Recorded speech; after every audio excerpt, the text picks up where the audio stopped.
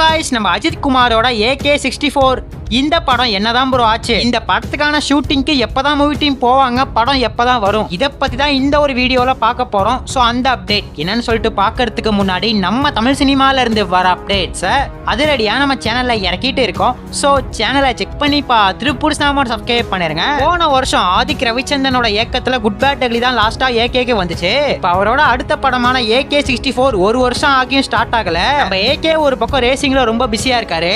இந்த படத்துக்கு சரியான தயாரிப்பாளர் இன்ன வரையும் கிடைக்காம தான் இருக்கு. நிறைய தயாரிப்பாளர் வந்து போனாங்க, ஆனா யாருமே ஃபைனலைஸ் ஆகல. ஏகேவோட ஃபேன்ஸ் இந்த அப்டேட்டை கேட்டு மனசே விட்டுட்டாங்க.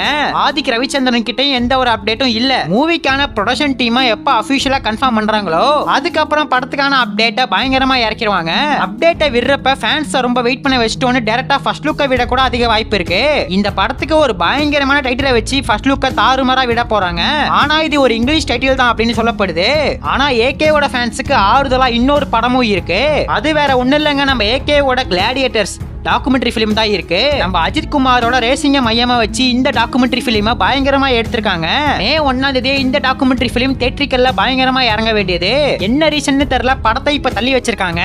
அடுத்த மாசம், அதாவது ஜூன், ஜூலை, ஆகஸ்ட் இந்த 3 மாசத்துக்குள்ள கண்டிப்பா படத்தை எதிர்பார்க்கலாம். ஆனா என்னதான் இருந்தாலும் மெயின் கொண்டாட்டம் AK64 தான். இது ஜஸ்ட் வெறும் ஒரு டாக்குமெண்ட்ரி ஃபிலிம் மட்டும் தான். ஆனா இந்த வருஷம் கண்டிப்பா AK64 வரப்போறது கிடையாது. 2027 அடுத்த வருஷம் கண்டிப்பா AK64 வந்துரும். இந்த வருஷம் எண்டுக்குள்ள படத்துக்கான ஷூட்டிங்கே கண்டிப்பா ஆரம்பிச்சிருவாங்கன்னு எதிர்பார்க்கலாம். இப்போதைக்கு ஆறுதலா இருக்கிறது கிளாடியேட்டர்ஸ் ஃபிலிம் மட்டும் தான். சோ காத்திருந்து பார்க்கலாம். நம்ம ஏகேவோட ரசிகர்கள் யாராச்சும் வீடியோ பார்த்துட்டு இருக்கீங்கன்னா ஃபயர் இமோஜை கமெண்ட்ல தெரிவிக்க விட்டுட்டு அப்படியே மறக்காம நம்ம சேனல் சப்ஸ்கிரைப் பண்ணிருங்க.